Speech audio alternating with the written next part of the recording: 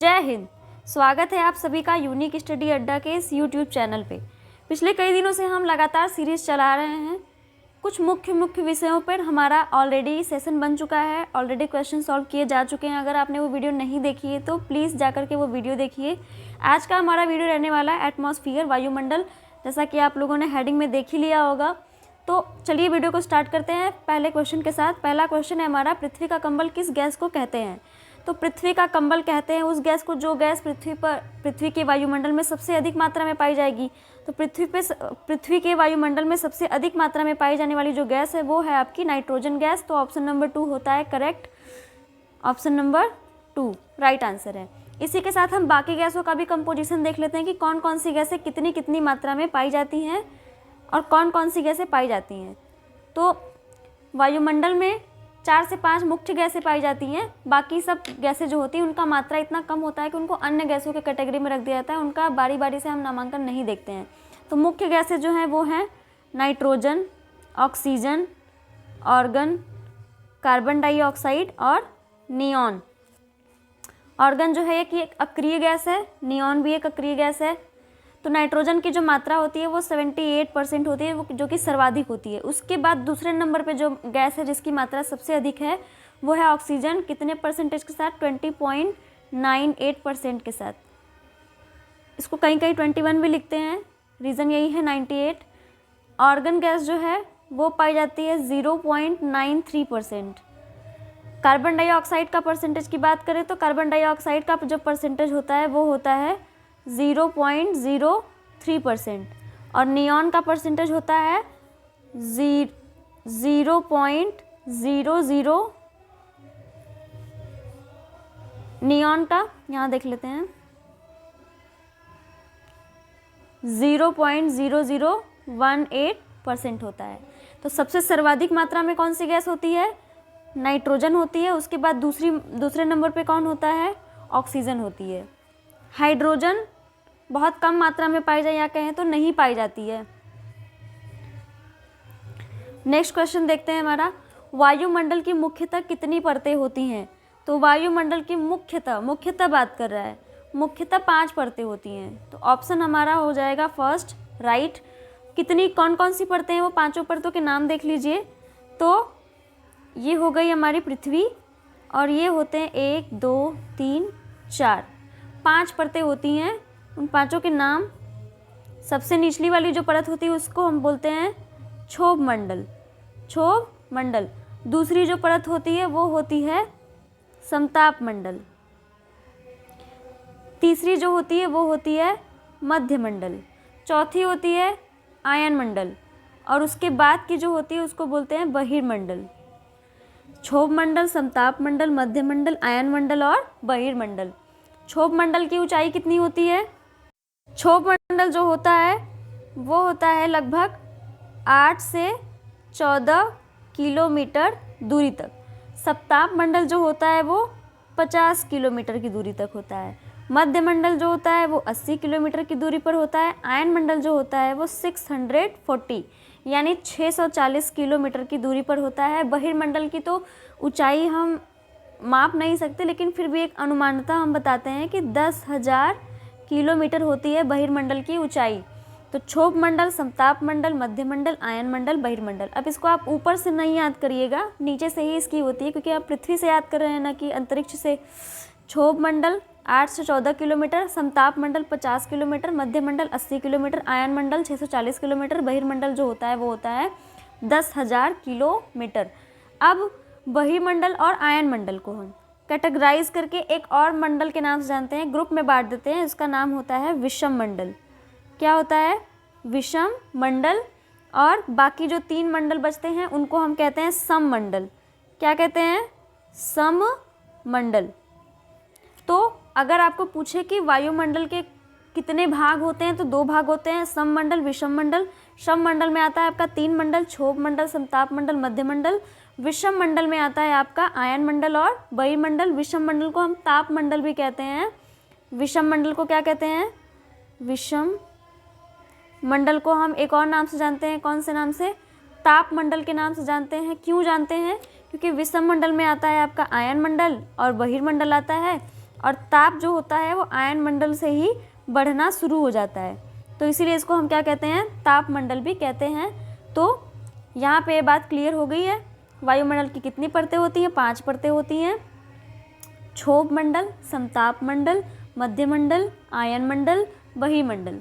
क्षोभ मंडल, समताप मंडल, मध्य मंडल को हम सममंडल भी कहते हैं और आयन मंडल और बहिर्मंडल को हम विषम मंडल या फिर ताप मंडल भी कहते हैं।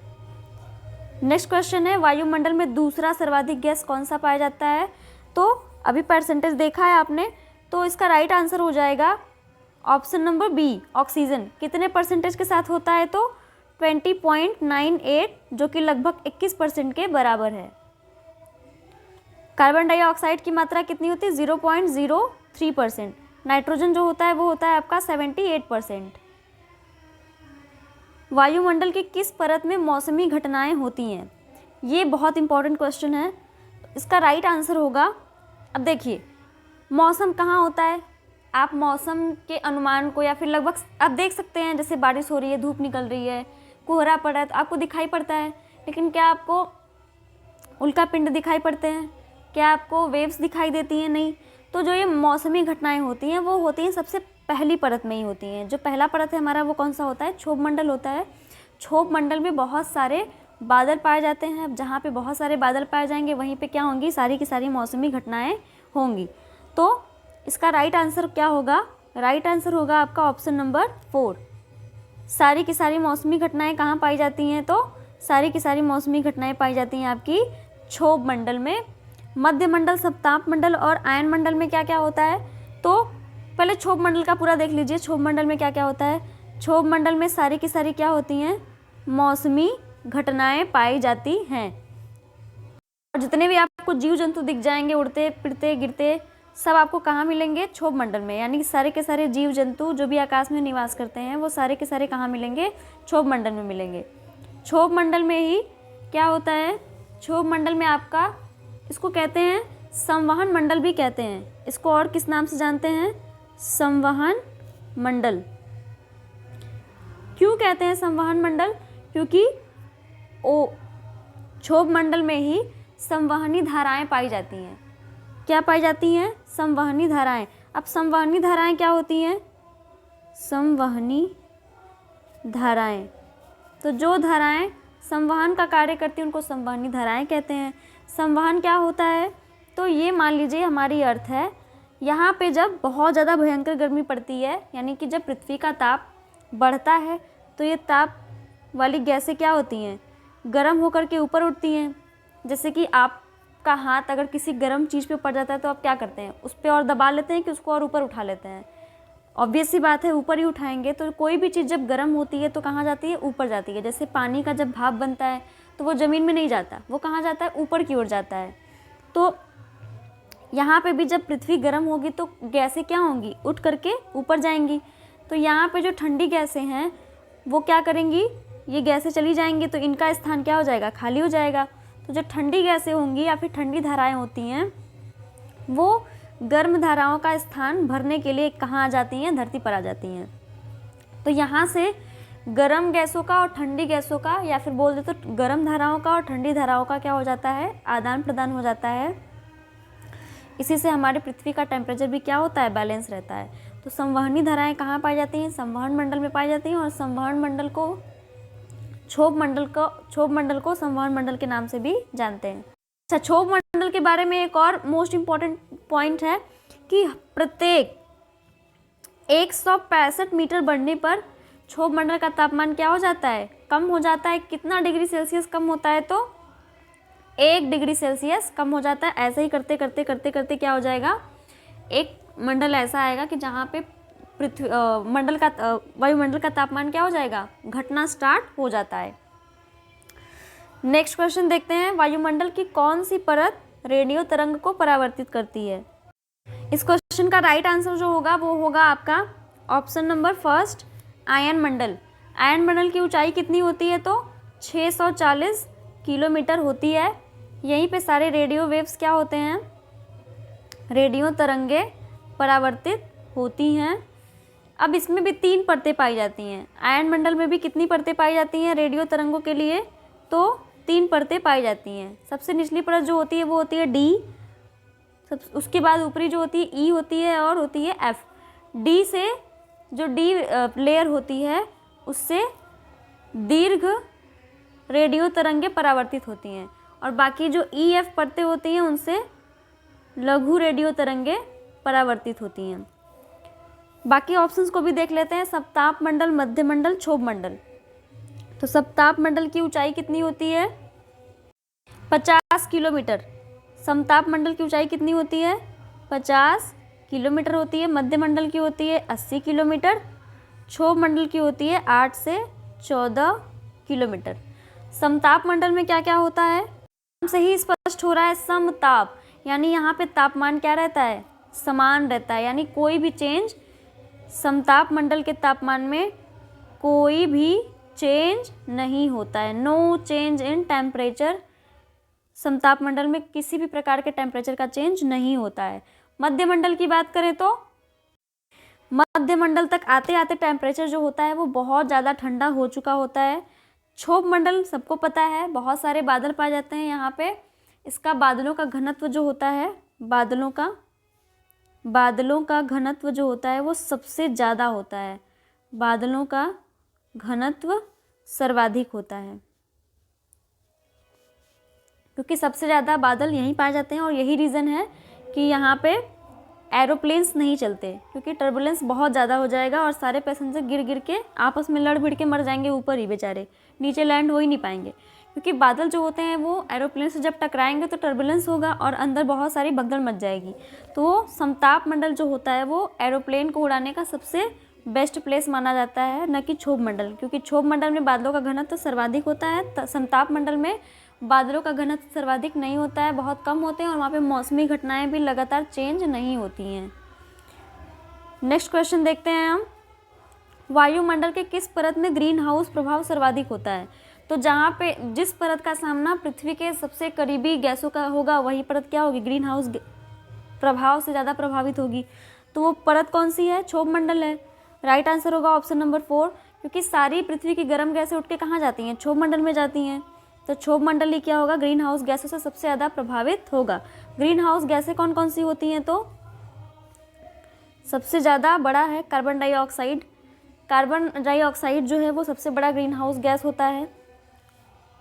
इससे रक्षा कौन करता है? तो हमारी ओजोन परत करती है। ओजोन परत करती है, ग्रीन हाउस गैसों से रक्षा करती है।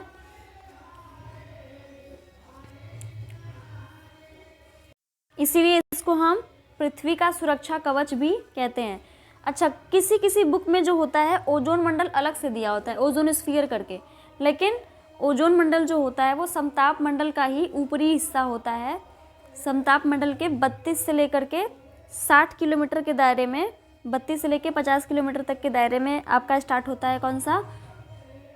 ओजोन मंडल स्टार्ट हो जाता है। इसको आप ओजोन परत कह लें या फिर ओजोन मंडल अलग से बना के कह लें, लेकिन होता वो समताप मंडल का ही पार्ट है। सबसे ऊपरी पार्ट जो होता है ओजोन मंडल जो होता है वो हानिकारक गैसों से और ग्रीन हाउस गैसों से हमारे पृथ्वी का या फिर वायुमंडल का रक्षा करता है और पराबैंगनी किरणों को क्या करता है? अवशोषित करता है। इसीलिए इसको क्या कहते हैं?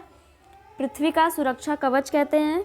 लेकिन ग्रीन हाउस गैसों की मात्रा लगातार बढ़ने की वजह से ओजोन परत में भी क्या होने लगा है? अब छिद्र होने लगा है। ओजोन परत भी धीरे धीरे क्या होने लगी है? खराब होने लगी है। नेक्स्ट क्वेश्चन बढ़ते हैं हम। ओजोन परत किस मंडल में पाया जाता है? अभी हमारा डिस्कशन चल रहा था इस टॉपिक पे, तो इसका राइट आंसर होगा ऑप्शन नंबर 2, समताप मंडल। समताप मंडल में कहाँ से कहाँ तक पाया जाता है ओजोन परत? तो 30 से 50 किलोमीटर के दायरे में पाया जाता है आपका ओजोन परत। ओजोन परत जो होता है वो पराबैंगनी किरणों से हमारी रक्षा करता है। ओजोन परत को नष्ट करने वाली जो गैस होती है वो होती है CFC, क्लोरोफ्लोरोकार्बन, जो कि निकलती है हमारे सुविधाओं से। सुविधा बोले तो फ्रिज, एयर कंडीशनर, इन सब चीज़ों से निकलती है क्लोरोफ्लोरोकार्बन। और यहाँ पे जितना हम मज़ा लेते हैं ओजोन मंडल को उतना ही सज़ा मिलता है, और वो सज़ा हमें भी रिटर्न मिलेगा लेकिन कुछ समय बाद मिलेगा।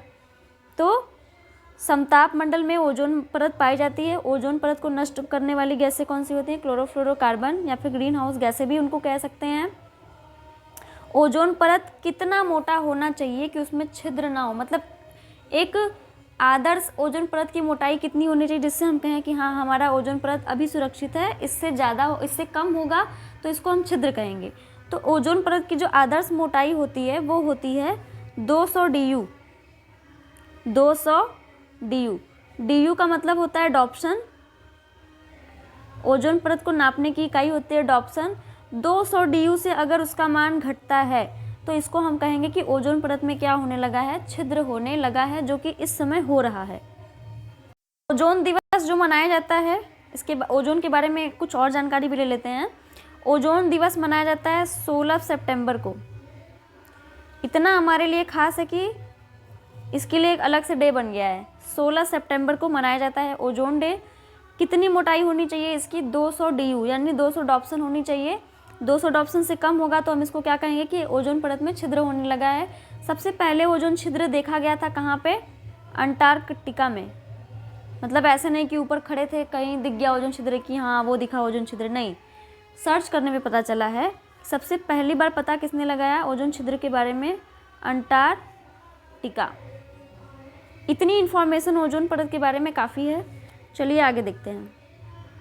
वायुमंडल के किस परत में हवाई जहाज उड़ते हैं? तो हवाई जहाज वहीं उड़ेंगे जहाँ मौसम साफ रहेगा। आप भी उसी रास्ते से जाना चाहेंगे जहाँ पर ट्रैफिक कम होगा, तो हवाई जहाज भी वही करता है। तो सबसे कम ट्रैफिक होता है कहाँ पे? समताप मंडल में, क्योंकि यहाँ पे टेम्परेचर क्या है? इक्वल है, बादल भी नहीं है। क्यों इक्वल है? क्योंकि बादल है ही नहीं। तो बादल नहीं रहेंगे तो तापमान और मौसम दोनों सही रहेगा। तो यही बेस्ट प्लेस होता है हवाई जहाज़ के उड़ने का। तो राइट आंसर होगा ऑप्शन नंबर 2। नेक्स्ट क्वेश्चन, वायुमंडल के किस परत में बादलों का घनत्व सबसे अधिक होता है? तो जहाँ सबसे ज़्यादा बादल पाए जाएंगे वहीं पे सबसे ज़्यादा क्या होगा? घनत्व भी होगा। राइट आंसर होगा आपका ऑप्शन नंबर 4। समताप मंडल पे किसी भी प्रकार का मौसमी बदलाव नहीं होता है, तापमान नहीं होता है, तापमान घटता बढ़ता नहीं है। यह परत किस लिए बेस्ट है? तो हवाई जहाज़ों के लिए। आयन मंडल के बारे में हमने भी देखा, रेडियो तरंगों के लिए फेमस है ये। रेडियो तरंगों को क्या करता है? परावर्तित करता है। क्षोभ मंडल जो होता है वहाँ पे सारी मौसमी घटनाएं होती हैं, जीव जंतु रहते हैं, ग्रीन हाउस प्रभाव भी यहाँ पे सबसे अधिक पड़ता है। मध्य मंडल जो होता है, मध्य मंडल के बारे में भी मैंने नहीं बताया तो अभी जान लेते हैं। मध्य मंडल जो होता है उसको कहते हैं सबसे ठंडा मंडल। सबसे ठंडा मंडल, क्योंकि यही वो लास्ट मंडल है जहाँ पे वायुमंडल का टेम्परेचर सबसे लो होता है। इसके बाद जो होता है आयन मंडल आ जाता है, और आयन मंडल से ही तापमान बढ़ना स्टार्ट हो जाता है और बहिर्मंडल तक क्या होता है? बढ़ता जाता है। इसीलिए आयन मंडल और बहिर्मंडल को हम ताप मंडल भी कहते हैं। नेक्स्ट क्वेश्चन है, कौन सी परत सूर्य से आने वाली हानिकारक किरण पराबैंगनी किरण से बचाती है? राइट आंसर क्या होगा? समताप मंडल, क्योंकि समताप मंडल में ही ओजोन परत पाया जाता है। तो question answer option number 2 is right. किस मंडल को संवहन मंडल कहते हैं? तो जिस पे संवहनी धाराएं पाई जाएंगी उसको संवहन मंडल कहेंगे। कहाँ पाई जाती हैं संवहनी धाराएं? तो क्षोभ मंडल में पाई जाती हैं। राइट आंसर होगा आपका ऑप्शन नंबर 4। नेक्स्ट क्वेश्चन, वायुमंडल में सर्वाधिक मात्रा में विद्यमान अक्रिय गैस कौन सी होती है? तो सबसे ज़्यादा, देखिए यहाँ पे अक्रिय गैस पूछ रहा है, नॉर्मल गैस नहीं पूछ रहा, अक्रिय गैस पूछ रहा है। अगर नॉर्मल गैस पूछता, अक्रिय नहीं रहता यहाँ पे कि वायुमंडल में सर्वाधिक मात्रा में विद्यमान गैस कौन सी है, तो हमारा होता कौन सा? नाइट्रोजन। उसके बाद दूसरे नंबर पे कौन सा होता? ऑक्सीजन। लेकिन यहाँ पे अक्रिय गैस पूछ रहा है, तो अक्रिय गैस में सर्वाधिक मात्रा में जो अक्रिय गैस पाई जाती है वो होती है हमारी ऑर्गन। तो राइट आंसर होगा आपका ऑप्शन नंबर 4। कितनी मात्रा में पाई जाती है? तो 0.93% पाई जाती है। नियॉन का परसेंटेज जो होता है 0.0018% होता है। हीलियम नहीं पाई जाती।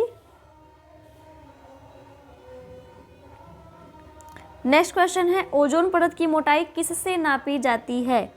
तो ओजोन परत की मोटाई नापी जाती है किससे? डॉप्सन से। राइट आंसर होगा आपका ऑप्शन नंबर 4। और उसकी मोटाई होनी कितनी चाहिए? तो 200 डॉप्सन होनी चाहिए। 200 डॉप्सन होनी चाहिए। नेक्स्ट क्वेश्चन है, वायुमंडल का सबसे भारी गैस कौन सा है? तो वायुमंडल में सर्वाधिक मात्रा में पाया जाने वाला गैस नाइट्रोजन है, उसके बाद दूसरे नंबर पे ऑक्सीजन है, लेकिन सबसे भारी गैस जो होता है वो होता है आपका कार्बन डाइऑक्साइड। इसीलिए सबसे निचली स्तर पे पाया जाता है, जो कि क्षोभ मंडल में सर्वाधिक मात्रा में पाया जाता है कार्बन डाइऑक्साइड। क्योंकि आप में से ही जो मोटे लोग होते हैं वो धीरे धीरे चलते हैं, जो पतले लोग होते हैं बहुत स्पीड के साथ भागते हैं। तो कार्बन डाइऑक्साइड भारी होने की वजह से वो निचली सतह पे ही रहती है, जबकि जो हल्की गैसें होती हैं वो ऊपरी मंडलों में चली जाती हैं। तो वायुमंडल का सबसे भारी गैस कौन सा होगा? Carbon dioxide. तो यहाँ पे हमारा क्वेश्चन ख़त्म होता है। आई होप आपको वीडियो अच्छी लगी होगी। अगर अच्छी लगी हो तो इस वीडियो को शेयर, चैनल को सब्सक्राइब एंड लाइक कर दीजिएगा। तब तक के लिए धन्यवाद। मिलते हैं नेक्स्ट वीडियो में। जय हिंद।